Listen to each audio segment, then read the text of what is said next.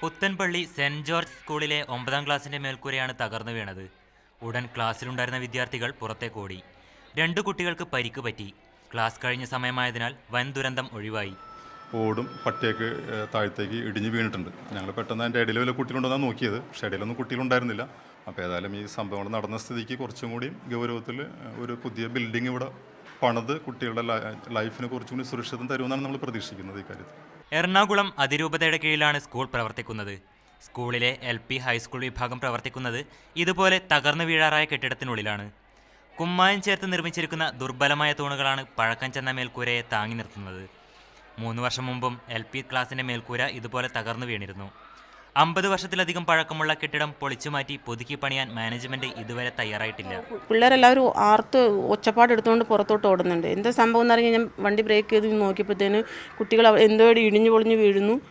തുടർന്ന് കുട്ടികളുടെ ഒച്ചപ്പാട് കരച്ചിലൊക്കെ കേട്ടു. തോമാസിൻ്റെ ഇടപെടൽ ഒന്നും ഉണ്ടായില്ല. ചുമ്മാ വന്ന് ഒരു ഷൈൻ ചെയ്ത് പോകുന്ന ഒരു ഇതാണ് കണ്ടത്. 400-ലധികം വിദ്യാർത്ഥികൾ പഠിക്കുന്ന സ്കൂളിൽ ഭൂരിഭാഗം ക്ലാസും പ്രവർത്തിക്കുന്നത് ഇതുപോലെ പഴക്കം ചെന്ന കെട്ടിടത്തിലാണ്. മാനേജ്മെന്റ് അധികൃതർ സ്കൂൾ സന്ദർശിച്ചെങ്കിലും കൃത്യമായ തീരുമാനം എടുത്തിട്ടില്ല. മീഡിയ 1 കൊച്ചി.